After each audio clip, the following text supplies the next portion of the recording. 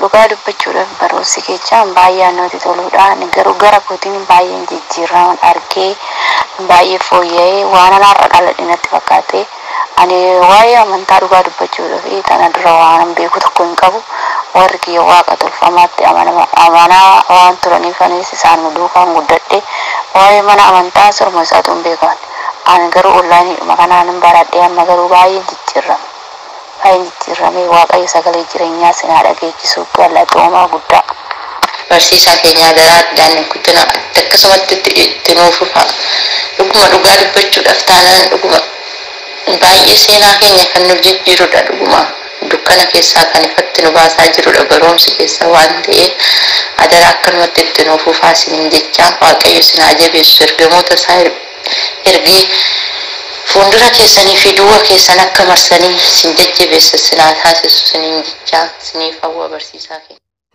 Maqaa Abbaa kan Ilmaa kan Hafuura Qulqulluu waaqayyo tokko ameen.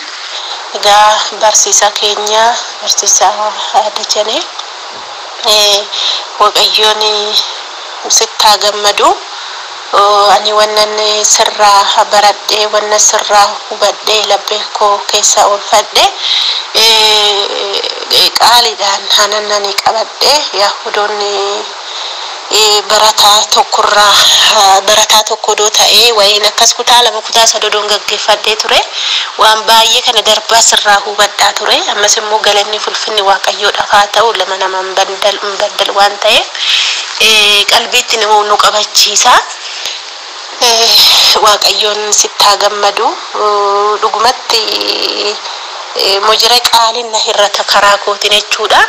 Ani majammara dura kiristaanummatii kiyyan of beeka malee beeta kiristaana garuu nan deema nan tsooma nan akaffala biyya kootirratti irreen garuu maaliidhaaf anan akkan akaffadu maaliidhaaf akkan tsoomu yeesa tokko sumnii tokko yoon kenne yoon gabaabaa yoon beeta kiristaana deemu yoon kenne faayidaa maal qabaa sun maalirra naa oola jedhee too'ee dhugaa dubbachuuf taanan hin beeku ture garuu nan kenna maal akkanaa ta'u hin beeku bakka waaqayyoon dhugaa waaqayyoo dubbachuuf taanan biyya ormaa kun barumsa guddaa nuuf ta'e ani akka mataa kootii akka yaada kootii jechuudha barumsa guddaa maaliif inni tokkoffaan irraa tataqqabneet inni lammaffaa wannan beeyni silaa imaanotii keenya asitti baranne har'a akka kinoo dhangaa wayii nyaatanii quufanii yoo nyaatanii waa qufas sagaraa ta'an manni nyamsa waan kan han beeku jechuudha kun immoo tasa sagaleen kokoositti dheerachuu danda'a dhiifatama kun immoo lubbuu keenyaaf dhangaa lubbuu keenya jechuudha dhangaa lubbuu keenya dhugaa waaqayyo dubbachuuf taana waan baay'ee sirraa baradhe akkanumatti itti nuufuu fi karaa kooti wanna hirriste hin jiru amma humna keetii amma waaqayyo si barsiise amma abbootiin keenya si barsiise wanna duubatti hilte hin jiru jabaadhu suma duuba jirra nu isimmoo warra hin dhaggeeffanne warra hin dhageenye biraan geechisuuf hinuma xaarate jirra dhugaadha waaqayyo abbunarraan argume sikriidha inna waan baay'ee sirraa baradhe maaninnati kootan baradhe kiristaaninati kootan baradhe nama dhukkubsate tokko foowway erge yoo way laadhe maal akkan argadhuun irraa baradhe dhangaa lubbuutirraanis faarfannaa lubbuutirraayis wanta edduun irraa baradhe ani waaqayyo si haa eebbisu eebbifamteetta mootummaa waaqayyo si haa dhaalchisu dhugaa waaqayyo dubbachuuf taanani jabaadhu si jajjabeessinan warreeni midiyaan kee ballatee to'e uummata hunda biraa akka ga'ummoo hawwii kootii jabaadhu batalee afaan oromiffaatiin afaan ittiin hin dhurramne to'e guddanneen ittiin afaan keenya hiikkanneen baay'ee namni gaggeessu hin jiru waan ta'eef jabaadhu siin jedha galatoomi eebbifame amarreen si haa eebbisu gooftaan keenya siin jedha barsiisa keenya haaluma kanaan itti nuufuuf yaa wammaaf inna karaa hundaanuu hinuma xaaratee jirta karaa nutti toluun karaa imotiin karaa wasaabbitiin karaa teelegiraamitiin karaa ituubitiin wanna hilaa jirtu hin jiru hundaayyuu xaaratee jirta aarii dikaamii ati nuuf dadhabdu kan immoo waaqayyo si haa kaffalu sin jedha. Mujire ani waa akkan jedhee to'ee si galateeffadhu na hirrata qaali na hirrata. Jabaadhu jechuu malee waan nan jedhu hin qabu. Jajjabaadhu warra hin barannee bira hin geechisnaa dhaggeeffatanii akka irraa qayyabatanii firee 30 firee 60 firee 100 buusanii mootummaa waaqayyoo akka ittiin dhaalanu inuma nuus share subscribe si goona warra hin dhaqqabne bira share hin goona jabaadhu sin jedha barsiisa.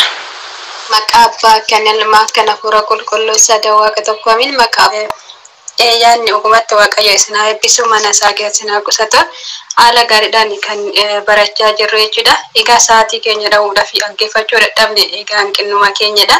Isinirraa wanti itti dabaluu fi yookaan immoo itti hanqate jenne tokko isin jiru gara kiyyaanii ifuu akka itti madabalame kana caala akka cimtanii nu dhaabbatan isin immoo akka nu jajjabeessitan isin jechuun jaaladha. Egaa obboleewwan keenya immoo nuti immoo dhaggeeffannee ragaatti bahuun kan dhageenyessan immoo qalbeeffanneeta wanta barsiisan keenya immoo nu barsiisan immoo nutis immoo wanta irraa deebuun kun dirqama keenyadha waan ta'eef egaa barsiisa keenya gubatti sinaa eebbisu gola faarfannaa keessattis akkasumas hanga lubbuulattis egaa ragaaniin barachaa irra waaqayyo sinaa eebbisu ogumatti ani waan baay'ee sarraa baradhe kana dheetti isin dubbadhu. Waan baay'ee sarraa baradhe akkasumas immoo kadhannaawwan biyyaa keessaa kadhannaan abbootaa fi haadhaa fi akkasuma godhamu kun ogummaa waaqayyo hageetti isin beeku garuu hanga lubbuu fi goda lubbuu jalatti kan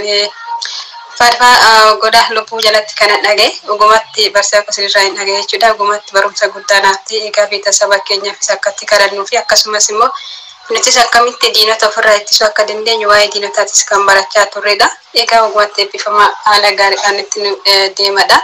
Duubatti nu harkaan deebi'inaadha. Gisee baay'ee abboonni keessatti tokko baay'ee duubatti deebi'u. Duubatti nu harkaan deebinaa bakka hanqate immoo nutti hima walumaa fooyyessinaa nutis immoo wanta jiruun akka fooyyessu waaqayyo nu gargaaru. Isa lammataa ammas yaadii guddaa fi egaa obboleewwan keenya immoo dhaggeeffachuu qabna. Dadhabbina keenya dhagisee baay'een kan argu malee isinirratti dadhabbee tokko isin argine nuti dhaqanii odoo ageenyu gurra tokko nagaa gurra tokkoon immoo faashina biraa hordofaa gara biraa deemaa jirru. Egaa kan ammoo nu jajjabeessaa obboleewwan keessa akka waan birratti hin kunne egaa barumsa afaan Oromoodha akka jajjabeessineetu nutis afaan keenyaan barachuun keenya ogumatti waan guddaadha. Afaan Amaariffaatu warri hin dhageenye yookaan immoo ageenye immoo kan ragaarra sin baafne jirra maaliif godon kan guraanuu ageenya kan barreessuu hin dandeenye jirra kan immoo barreessuu dandeenyu jirra. Egaa nuti akkama waan ta'eef maatoon afaan Oromootiin ogumatti nu jajjabaadha. Afaan Oromootiin nu banamu kootiif ani dhugaa baay'ee tokkoon itti gammada. Hundumti keessanuu akka itti gammaddan hawwiin qaba. Egaa nuti cinaa barsiisa keenya ta'anii wanta nurraa raawwatamuu qabu. Gahee keenya baane isaanis jajjabeessina yoo nuti jajjabaanne barsiisan keenya nu jajjabeessa hin jabaatu jechuudha. Yoo nu laafne garuu wanti sun duubatti laafa deema. Sababni isaatis erga nuti dhaggeeffannee erga nuti immoo duukaa hin buune wanti sun duubatti deebi'aa deema. Egaa nutis immoo duubatti deebi'uu odoo hin taane Ortodoksii Tawaahidoon duubatti odoo hin deemne fuulduratti kan ishiin deemtu yeroo kamiyyuu duubatti hin deemtu. Jalqabarraa ga'umaatitti yaabbattee cimtee yaabbattee salga jalqabarraa ga'umaatitti waaqayyo gooftaan jajjabeessu barsiisa keenya jajjabaadha. Akkanumatti mana isaa keessatti sinaa qusatu waan hanqatee dhufu tokko jiru. Egaa itti jajjabaadha nu jajjabeessaa isin jechuun jaaladha. Waaqayyo gooftaa sifaana haa ta'u turtiin keessan mana waaqayyo keessa akkanumatti mana isaa keessa sinaa qotu obboleewwan keenya immoo jajjabaadha. Keessatti obboleewwan keenya shamaraa ogumatti waaqayyo nuti biyyaa baanus haala isaa nu mijeessee mana isaa keessatti nu maameera.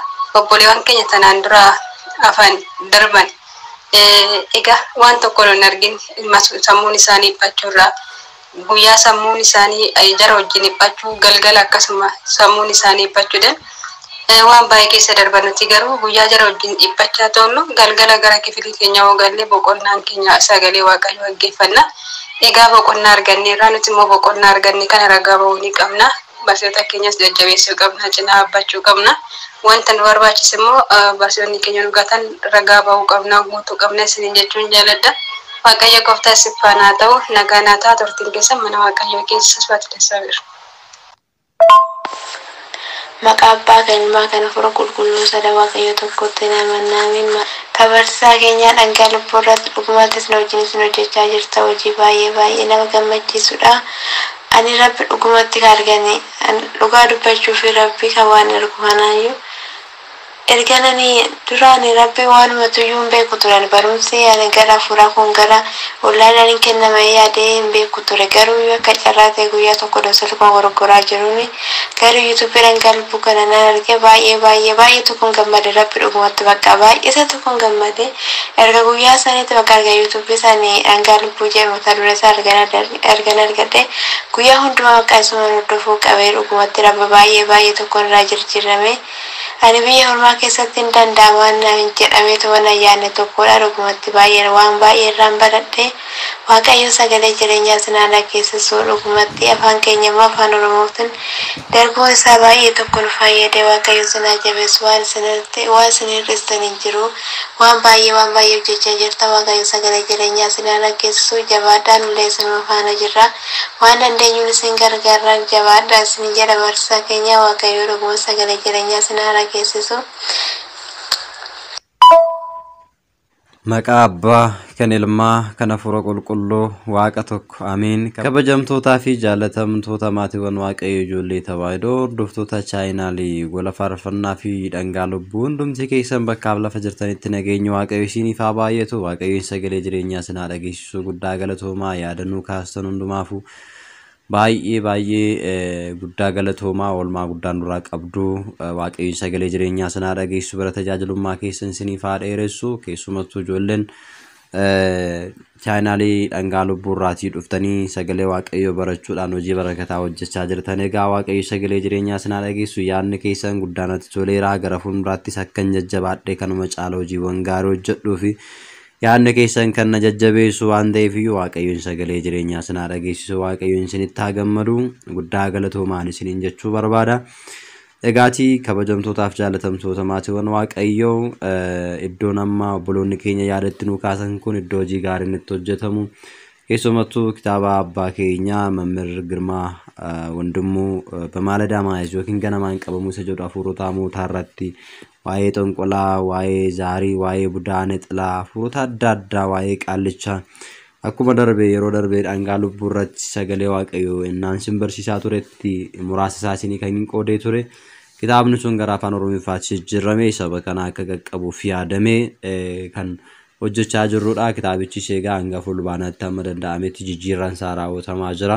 Kanaaf jijjiiramaa kan jiruuf hojii gaarii kan hojjetamaa jirudha waan ta'eef gara fuulduraattis immoo fedhaaf jaalala waaqayyoo yoo ta'e jaalalli waaqayyoo fedha isaa yoo ta'e egaa kitaabota bichaa osoo hin taane manneen amantaa jijjiiganii fi akkasuma harka qalleeyyii yookiin hiyyeessota illee kan itti gargaarru ta'a waan ta'eef isinis egaa guruppii kanatti dabalamtanii sagalee waaqayyoo barachuu kan barbaadan akkasuma gola faarfannaaf dhangaa lubbuu irratti sagalee waaqayyoo kan barachuudhaaf barbaadan gaafis yaadas yoo qabaattan egaa yaada keessan nu kennuu dandeessu. Lakkoofsi bilbila WhatsApp Duwwaa 912778751 fayyadamuudhaan nu argachuu dandeessu isiniin jechaa guddaa galatoomaa yaada nuuf laattanii fi yaadas yoo qabaattan amma saaraa kan taatan yaada kennuuf jajjabina kennuus kan barbaadanii fi akkasumallee dabalataan wanti isin affeeru yoo jiraate jechuudha akka chaanaalii dhangaa lubbuu fi gola faarfannaatti yaada fi barnoota addaa darbuu qaba jettanii sabaaf yaaddanillee nu dubbistanii dabarfachuu hin dandeessu isiniin jecha qophii keenya guyyaa irraa kanumaan xumurraa qophii itti aanu hanga walitti deebinutti nagaan tura. Waaqayyo sagalee jireenyaa sinaa dhageessisu wasbaata Egzaabeer.